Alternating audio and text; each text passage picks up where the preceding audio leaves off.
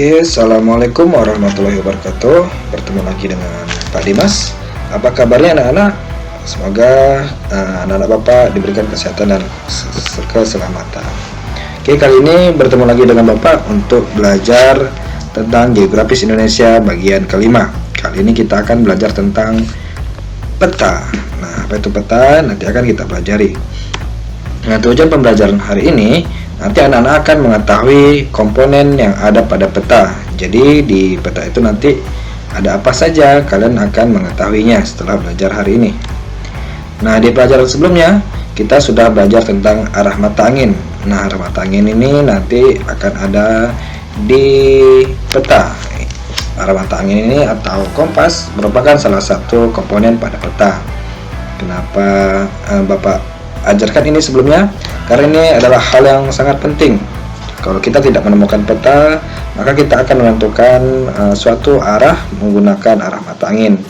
Nah, minggu lalu atau pertemuan sebelumnya kita sudah belajar menentukan arah mata angin menggunakan kompas. Nah, bagaimana untuk menentukan arah mata angin jika kita tidak menggunakan kompas? Maka kita harus melihat tanda-tanda alam.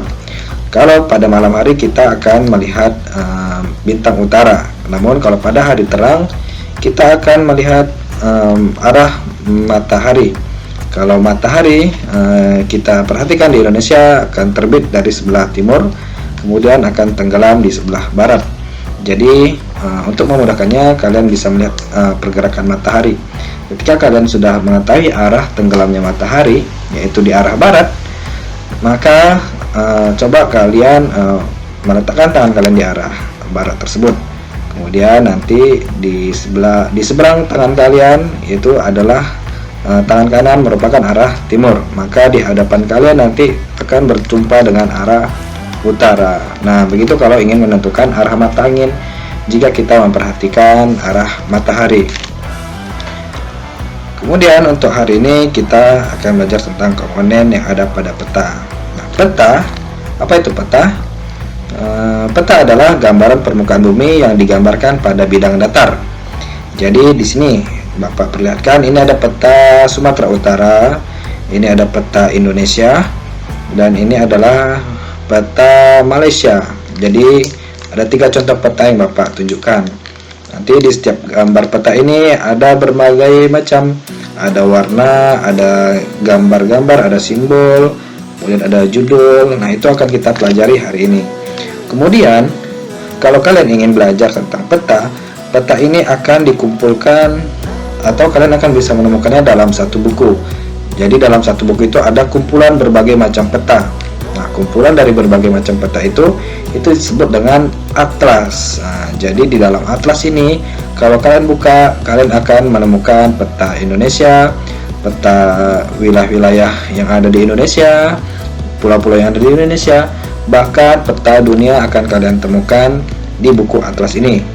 Jadi kalau kalian ingin belajar peta lebih lanjut, mungkin kalian harus membeli buku atlas ini di toko-toko buku. Mungkin ada di Gramedia atau di toko buku lainnya, di Wali Songo juga mungkin bisa. Nah, selanjutnya komponen peta. Apa aja yang perlu kita pelajari dari peta? Ternyata ada 6 komponen peta yang perlu anak-anak Bapak ketahui. Sebenarnya ada banyak komponen peta, ada bahkan sampai 11, tapi yang perlu kita pelajari kali ini cukup 6 saja. Yang pertama ada judul, kedua ada mata angin, ketiga ada garis astronomis, keempat ada skala peta, kemudian ada simbol peta, dan yang terakhir ada legenda. Oke, kita coba bahas satu-satu. Yang pertama tadi judul. Oke, ini dia judul. Jadi pada peta umumnya biasanya terdapat judul. Nah, judul biasanya ada di atas gambar peta. Nah, kita bisa lihat ini. Ini adalah peta Sumatera. Nah, ini adalah Pulau Sumatera, maka di atas peta tersebut akan diberikan judul peta Sumatera. Oke, biasanya judul terdapat di atas peta. Bisa juga kadang ada judul peta tidak diletakkan di atas, biasanya ada di sisi-sisi tertentu. Yang penting menunjukkan keterangan bahwa itu merupakan nama peta yang ingin disampaikan. Kemudian yang kedua, mata angin. Nah, minggu lalu atau di pertemuan sebelumnya Bapak sudah menjelaskan tentang arah mata angin. Nah, ini arah mata angin sangat penting untuk diletakkan di peta agar kita dapat mengetahui arah pada peta. Jadi kita bisa lihat di sini ternyata arah utara itu menunjukkan ke sana, dan arah selatan arah sebaliknya, dan arah barat di sebelah kiri kita, dan arah timur di sebelah kanan kita. Jadi arah mata angin ini perlu ditempatkan pada peta untuk menentukan arah peta tersebut. Kemudian setelah kita mempelajari arah mata angin, yang ketiga adalah garis astronomis. Nah, apa garis astronomis itu? Garis astronomis itu adalah garis khayal. Kenapa garis khayal? Oke, coba kita khayalkan jika bumi itu bulat, kemudian kita hayalkan ada garis yang mengelilingi bumi. Nah, ini ada garis, kita bisa lihat kalau pada bumi bulat. Seandainya kita buat garis di tengah, maka bumi akan terbagi di atas dan di bawah, atau utara dan selatan. Kemudian jika kita berikan garis khayal dari atas ke bawah seperti ini, maka akan bumi akan terbagi menjadi sebelah barat dan sebelah timur. Nah, apa fungsi garis astronomis ini? Untuk menentukan letak koordinat suatu daerah. Nanti akan kita pelajari di pertemuan selanjutnya sebelum UTS. Nah, seandainya lihat nih, seandainya bumi dibelah menjadi dua. Oke, bumi dibelah menjadi dua, antara utara, di atas sini adalah bagian utara dan di bawah sini adalah bagian selatan. Seandainya bumi dibelah menjadi dua, maka garis astronomis tersebut bisa kita sebut garis lintang utara dan lintang selatan. Kenapa kita sebut lintang utara dan selatan? Karena dia membelah antara utara dan selatan. Oke, nah kalau di Indonesia ini dia garis lintangnya, garis yang membelah bumi menjadi dua, utara dan selatan. Oke, nah kalau garis-garis yang pas di tengah-tengah ini itu disebut garis khatulistiwa. Seandainya bumi itu bentuknya bulat dan dibelah menjadi dua dan dibelah menjadi rata, maka disinilah garis tengah. Oke, nah ternyata ini garis tengah. Di Indonesia ada hal yang menarik, ada dua kota yang seandainya dibelah bumi menjadi dua, maka kota tersebut terkena, atau garis khatulistiwa tersebut tepat berada di antara kota tersebut, yaitu ada kota Pontianak, dia pas di garis khatulistiwa, dan ada kota Padang di Sumatera Barat, yang jika bumi dibelah menjadi dua, kota tersebut akan terpisah. Oke, atau ada dua kota di Indonesia yang terkena garis khatulistiwa. Biasanya ini nanti akan sering masuk ke dalam soal jika kalian sudah beranjak dewasa nanti. Kemudian garis khayal juga ada garis timur dan barat. Nah, garis tersebut disebut garis bujur. Jadi ada garis bujur timur dan garis bujur barat. Ini dia yang tegak lurus seperti ini, itu namanya garis bujur, atau yang garis vertikal itu garis bujur. Sedangkan yang horizontal ini itu namanya garis lintang. Oke, jangan sampai salah lagi ya. Kalau yang vertikal yang berdiri seperti ini itu namanya garis bujur. Kemudian yang melintang seperti ini atau garis yang horizontal seperti ini itu namanya garis lintang.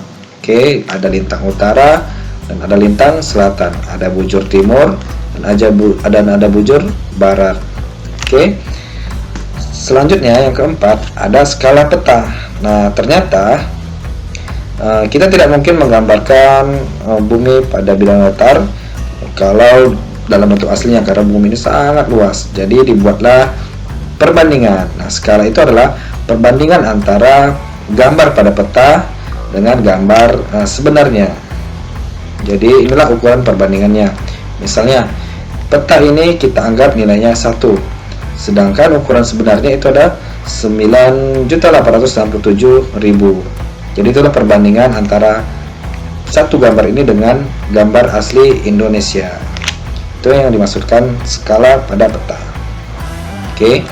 Kemudian ada simbol peta. Nah, ternyata pada peta ada gambar-gambar menarik yang bisa kita lihat.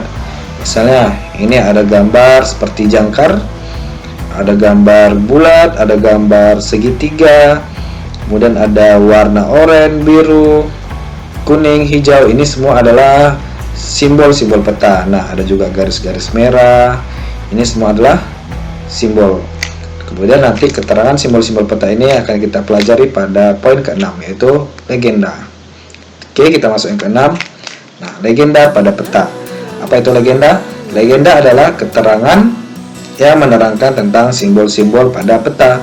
Contohnya, kalau garis kotak yang di dalamnya ada lingkaran hitam, itu merupakan ibu kota provinsi. Nah, ini ada kotak, kemudian ada garis, ada bulatan hitam di dalam kotak tersebut. Nah, itu merupakan ibu kota provinsi.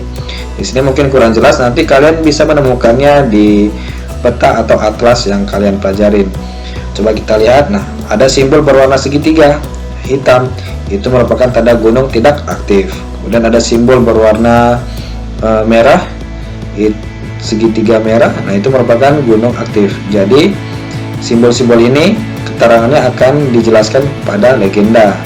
Nah, contoh ini warna hijau. Warna hijau di sini menunjukkan dataran rendah, yang datarannya itu 0 sampai 100 meter tingginya.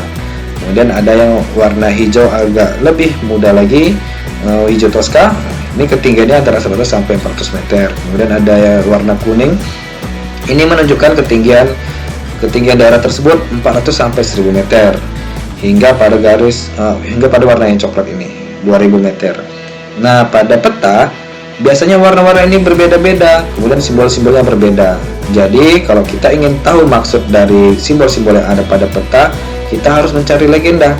Kita lihat legendanya, apa arti dari simbol-simbol yang digambarkan pada peta tersebut. Ini ada simbol sungai seperti ini, garis biru, ada batas provinsi, garis merah, ada batas kabupaten, garis putus-putus, dan ada garis hitam putih untuk jalur kereta api, dan ada garis lurus warna putih untuk jalan raya. Ada gambar pesawat untuk menunjukkan bandara udara, dan ada gambar jangkar untuk menunjukkan pelabuhan laut. Oke, itu adalah legenda pada peta. Kemudian bagaimana Al-Quran berbicara tentang bumi? Ada juga pada surah Ar-Rahman ayat ke-10. Wal arda wad'a lil anam. Artinya, dan Allah telah meratakan bumi untuk makhluknya. Jadi maksudnya di sini Allah telah menciptakan bumi, meluaskan bumi, membentangkan bumi untuk makhluknya hidup. Ternyata ada ilmuwan muslim yang membuat peta yang sangat terkenal. Nah, namanya adalah Al-Idris, sang ilmuwan muslim pembuat peta bola dunia. Jadi ternyata bumi yang digambarkan dalam bentuk bulat itu yang digambarkan oleh Al-Idris. Nah, Al-Idris ini katanya juga adalah keturunan Nabi. Dan Al-Idris ini kalau orang Eropa menyebutnya sebagai Dresa namanya. Oke. Nah, kemudian untuk tugas anak-anak Bapak membuat rangkuman atau catatan dari penjelasan materi tentang komponen peta yang Bapak sampaikan tadi. Nanti tugas tersebut dikirimkan melalui link yang akan Bapak berikan. Oke, terima kasih, selamat belajar. Assalamualaikum warahmatullahi wabarakatuh.